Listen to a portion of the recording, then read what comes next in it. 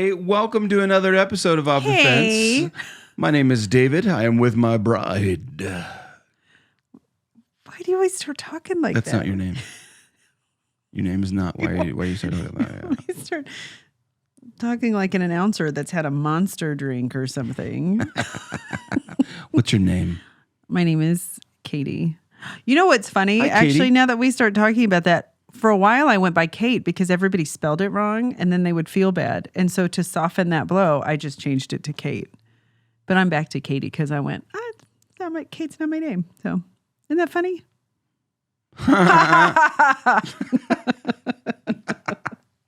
Well, it's not. Okay, what are we talking about today? it's a weird one today. In the sense of the word. We're talking about planned obsolescence. Obsolescence. I missed. So is it only weird because you didn't know how to pronounce it? Or it's a different word? Why didn't you just say it? Because you were saying it. I wasn't going to interrupt. You asked me what we're talking about.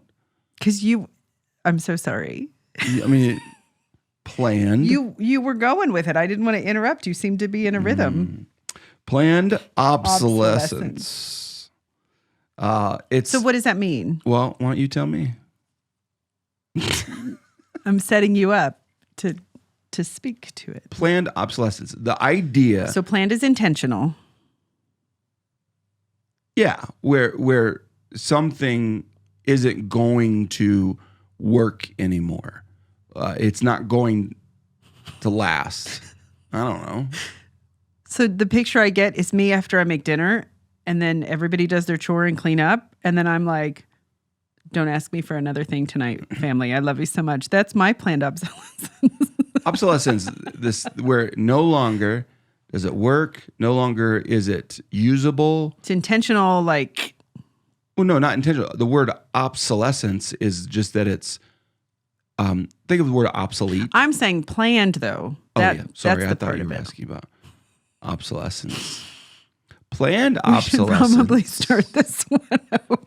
Planned obsolescence is where you actually planned for something to not keep working. Yes. You planned for it to break. Yes. So like me or you not drinking coffee in the morning. Well, no, not in a sense, not in a sense of like you were prepared and ready that it potentially would break. Right. It's that you made it, you created it, you invented it, you assembled it in such a way, in a planned way that it would break, that it would wear out. Yes. You could have done better, but you chose not to do better. And this is one of the downsides, I would say, of just a capitalistic industrial revolution-esque society, because this was a video that we watched actually where they were walking through the history in the 1920s. This has been going on for a while. I remember the 1920s. It was a good era. I actually think the 1920s, if people really dig into history, people would go, I'm so glad I didn't live through that. It was crazy town. Crazy town. My time machine. So No? A group of elite CEOs, business people, met in Geneva, Switzerland. All the good stuff happened in Geneva. I'd like to know what was going on in Geneva, because that was where that might be it. Where should we go? Get the best chocolate? Chocolate. Why not Hershey, Pennsylvania then, I guess. That's another episode we could talk about. Anyway, American chocolate is different and not in a good way. So they met. And they were CEOs of light bulb corporations. Light bulb. Okay. So, and what they were saying was, guys, we're so brilliant, patting themselves on the back. It's like an award show for celebrities, but where they're all sitting around going, guys, we're so amazing that our light bulbs, these things that we have invented, are too good. We're too powerful. And we're not making as much money because they're lasting so long. Well, so they got together going, we have a problem. Yeah. We're too smart. We're too good. Well, I don't know. They said it. If it's a group meeting in Geneva, Switzerland to plan the downfall of the thing they invented, they're thinking they're pretty awesome. They had a concept and they needed to gather. Their light bulbs were not burning out. They weren't breaking. They were honoring the consumer so well that they were afraid of not being able to make money. Sustainable business was not likely because they were so good that people would not need to return and buy more. It was good for the eventually customer, bad for the business. Yeah, you'll fill every house, and then nobody's going to buy more light bulbs. And little did they know about LED lights, They didn't have your time machine, babe. That's what happened. So they came up with a name. Yes. I'm afraid to say this because you're going to be like, that's not how you say it, but the Phoebus Cartel. Right? I think that sounds great. The Phoebus Cartel, Phoebus being, I guess, God of Light. The God of Light Cartel.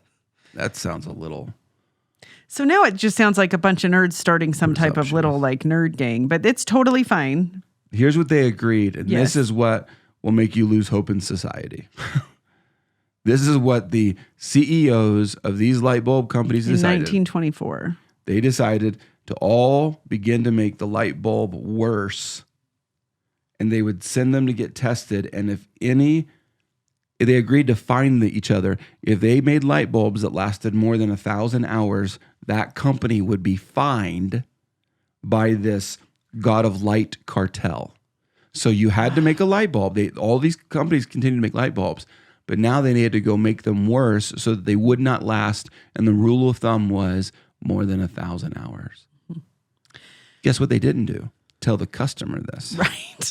Right. They all just we went to Geneva for the chocolate. Mm-hmm. We're just back. I'm sure most people working in factories and stuff for them didn't even know that was happening. Yeah, now they would have eventually along the way, probably the folks in the factories be like, I think we can do this better. Right. What's interesting to me is that other organizations, other industries adopted this mentality. And again, for the bottom dollar. And they may be trying to make it sound nicer, like, no, we want to make sure we ensure people have jobs and, all of that. Now we're competing, though, with robotics and AI and all of that. But at the time, so General Motors, car manufacturers started making things less reliable. Yeah, on purpose. Like utilizing parts instead of, the classic, right? This is what we say all the time. They don't make it like they used to. Right, but if 1924 was when they used to, how far do you have to go back? But even, think about your dishwasher or your fridge. That stuff used to run for decades. My parents had like an avocado green refrigerator from, I think their wedding, like 1974. That ran through high school. I don't remember them getting a new one until I was in college. That's impressive. And they still have some of the pots and pans and stuff that they got from their wedding in 1974. I feel like our wedding stuff, we have a few things. Yeah, and so here's the deception. This is going to feel like a conspiracy theory episode. But the thing is that we're being told they instead of using certain metals, they use plastic instead of blah, blah, blah. So what they're saying is, we want to get you guys saving some money. Mm-hmm. What we've actually know by history is this increased their margins. For sure. So sure, they passed on a little portion of the savings, but they kept most of the savings in the sense of their margins got better, made more money, and created a sustainable business because they know the product they're selling you, they have made it intentionally to actually not last. You'll be back sooner. Yep, I think the same is true with batteries. And like, there's just so many layers to this. And what is interesting to me too is so like as a family, as a household, when you think of all of the things that you're doing as costs are rising, my mom always said, buy like an expensive jacket or buy something expensive and treat it well and save it longer because everything has become just throw it away. Even fashion. So like clothing is way cheaper often, but it's less reliable. It doesn't last as long. And so we're getting rid of it so much that actually most like thrift stores and nonprofit organizations can't even handle all the clothing that's coming because we've made it so just throwaway. It's really a bummer. Yeah. Meanwhile, the last time, the Centennial light, there's a light bulb that's been on since 1901. So if you're wondering, does the technology exist to make a light bulb that doesn't burn out?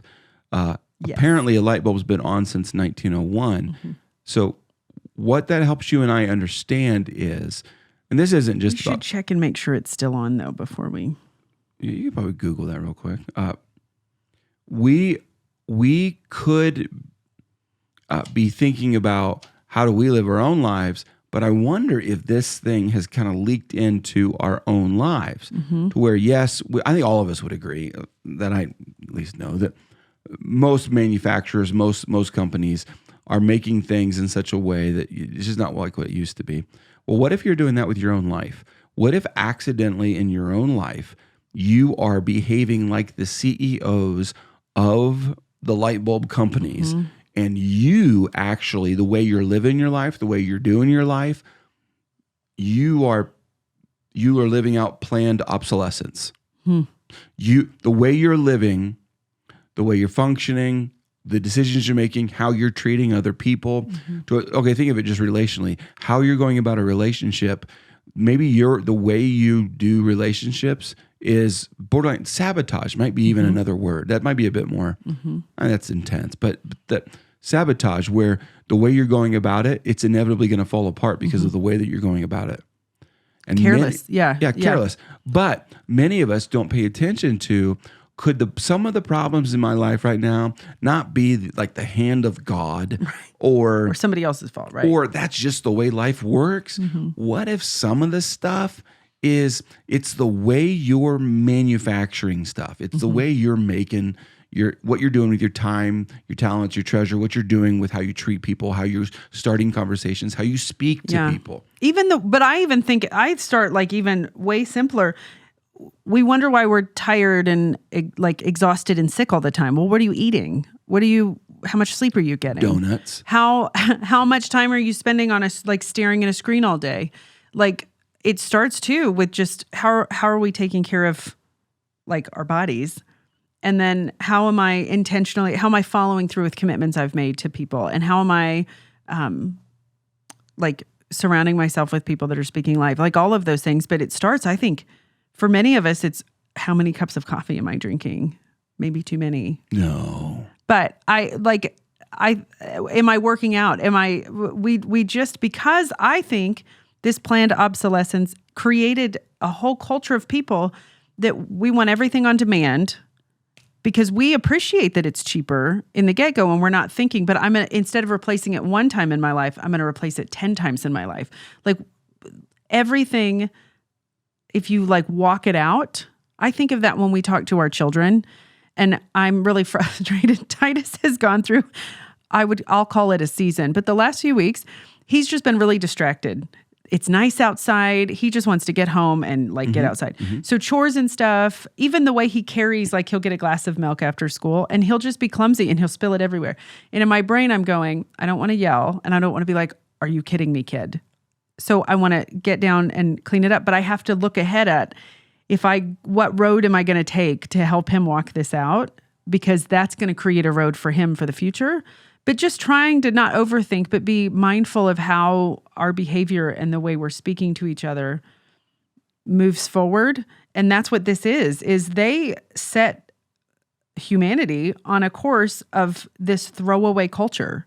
Right. I remember Ellie asking us for a school project. She's like, hey, I'm supposed to ask you guys, how has nutrition changed in your lifetime? Yeah. And so just thought about it a little bit. And I was like, well, one of them was that the food pyramid that that I remember being up on, like in the cafeteria. It was a wall, lie. Right? Like, well, apparently it was a lie that the government, some may not like this, but the way the government was doing was helping economics by promoting certain food groups and things like that to make it maybe a larger part of the pyramid than actually was good for your health. Right. And then some guy, I guess, was kind of bullishly pushing this pyramid and was able to push it, and the people just got tired of it, not realizing that we live in a culture now produced by this. So I told Ellie, I was like, we used to not go out to eat, like hardly ever. And it wasn't just financial, but our economy being going to get boosted by what we did with food and how fast we made food. So you could go to a fast food place and get food. And I think many of us, we would say, hey, we know fast food's probably not great for us. We probably should not make this steady diet of, in your case, Taco Bell, in my case, Arby's. Ooh, I know. yeah. Anyway, so that we should, however, we make that concession over and over because of time, usually, sometimes taste. But what if we're doing that in all the other areas? Yeah. And I think that we are. Yeah. And so that, speaking of, so by the way, it's been burning since 1901. It was manufactured in this carbon filament that's in it in the late 1890s. Oh my God. And that's what this brings up though is when the light bulb was first invented, they were so proud of it and they perfected it. Yeah. So they did everything they could to make it the best. Yeah.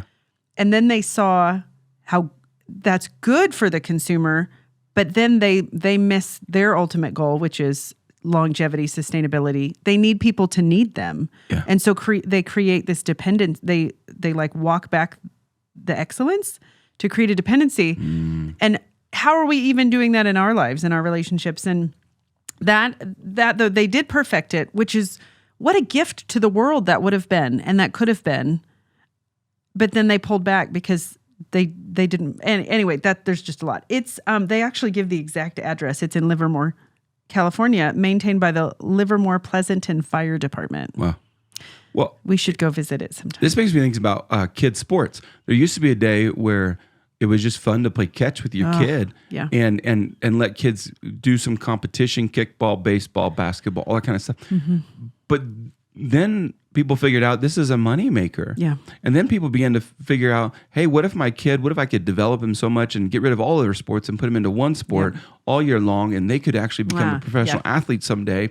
And it becomes less like, yeah, but maybe it was just good exercise and quality time. Not that sports are bad. There's a lot that it teaches, but if that becomes your end, instead of the other stuff. When you look at the percentage of professional athletes compared to the amount of parents enabling their kids to, one, buy a dream that's just a fake dream, but also like robbing them of other quality things in life, isolating them, robbing them of understanding what is actually important in life.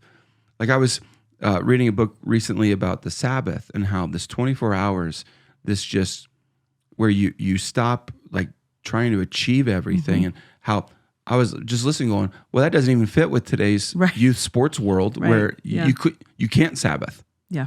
And don't tell me that it's super relaxing. Anyways, so what this has me thinking, because I remember growing up, I grew up in a GM town. A GM town. It's a ghost town now because of that. If that's new to you, a GM town, that meant that our town was thriving or not thriving based on the General Motors assembly plant that was in our town. And so, I mean, I don't know what the actual number was, but just about one out of every few people you ever met was somehow connected to the auto world, assembling parts for it, blah, blah, blah, blah. And I remember talking to a guy, and he said, David, if you walked into our plant right now and you know nothing about any of that, before you left, you would have been able to find something we can improve on. However, what we're doing is what we're told to do using the methods we're told to do it. He goes, it's because if we do things better, the cars last longer and the company makes less money and we lose some of our benefits. And so it's all interconnected. And so some of us mediocrity. So some of us are living lifestyles that are basically planned obsolescence, and our justification is, well, I'm able to get there faster, do this quicker, I'm able to do more, be a part of more, my kids are able to experience more, I'm able to see more and experience more. But what we don't realize we're doing, but we're crumbling.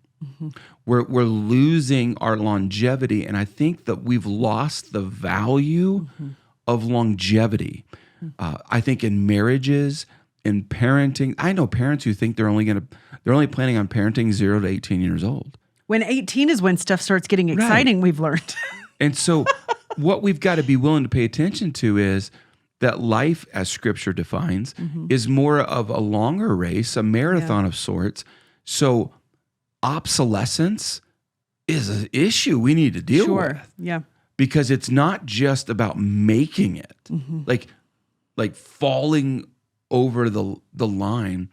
I've shared many times the way I used to run my life and how our family would run. We would have a vacation in July, and we basically would fall into that Oh, thing. yeah. And we would We'll shut down a few weeks before even, I would say. we were exhausted. Nothing, like we had nothing. And we would fall into vacation. And now vacation has a different kind of weight because now, well, this vacation has to completely fill us back up from empty. Yes. And if it doesn't, we're screwed up because we won't have enough energy to run the next part of the race. And so I've been there. I've been there where the way we were doing life was in essence planned obsolescence. It was, and planned being, I mean, was I trying to burn out? No.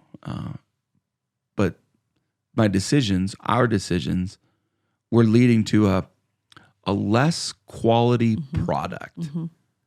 And so this episode of Off the Fence is designed to perhaps have you consider, are you going at a pace?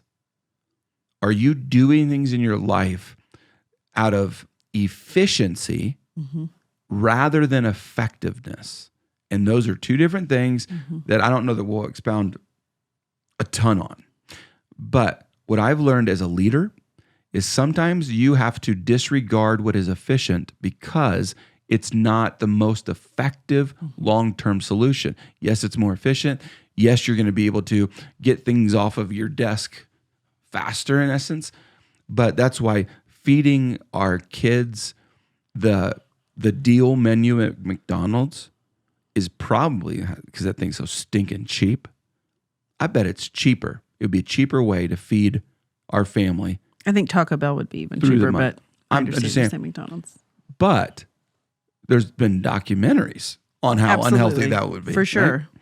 So, well, or staying up late to do something, but then you're robbing tomorrow of energy. Like there's all of these little ways that you end up building a life that is not on solid ground in every way. Because then when the light bulb starts fizzling out, like all of these things happen at one time often or collectively, and then you're just in a pickle. And we do that, I think you're right, interpersonally and with our health and emotionally, where when one thing starts falling, then everything else starts falling. So, if you listen or watch this podcast, I like to ask questions because I think questions at least force me to answer, because I asked a question. They force an answer out of me that helps me begin to process, okay, what's really going on? So let me put some questions in front of everybody.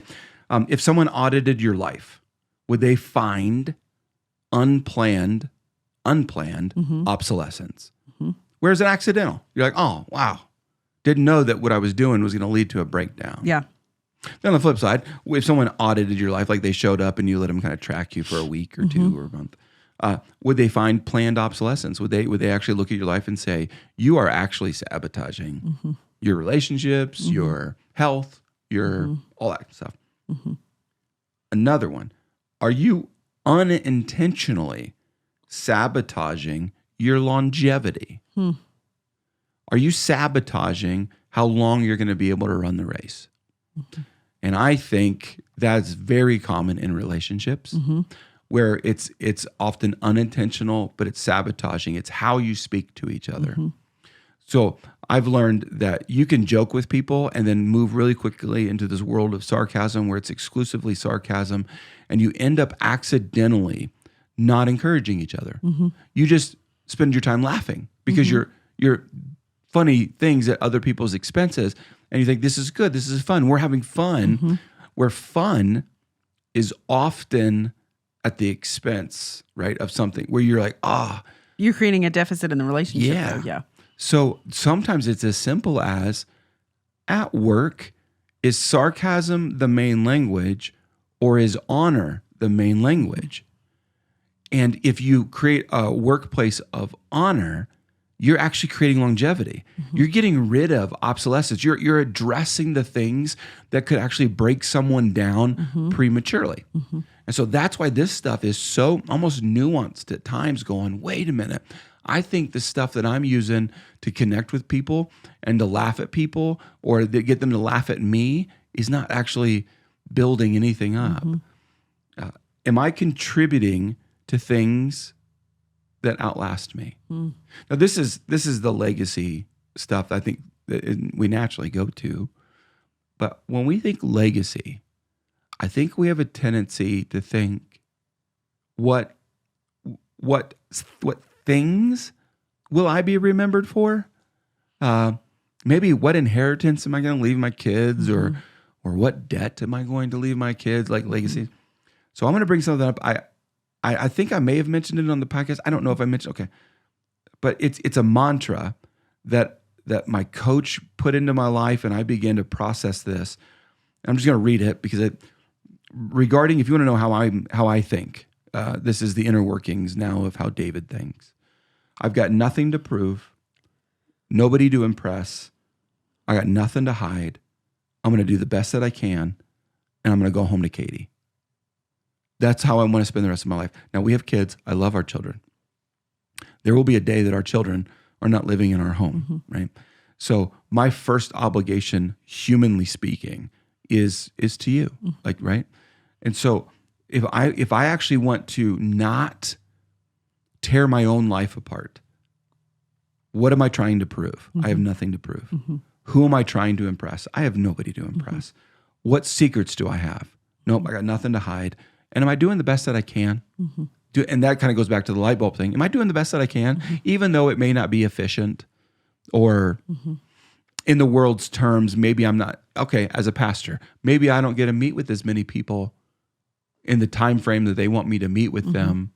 But the reason is I'm able to actually have longer relationships, better conversations because of how it gets planned out. That's just kind of simple stuff. Well, I think even when we talk about family time, so family time, sitting in a room watching TV every night for 4 hours is probably not contributing to the future that you want in the way that eating around a table or having some intentional conversations would have.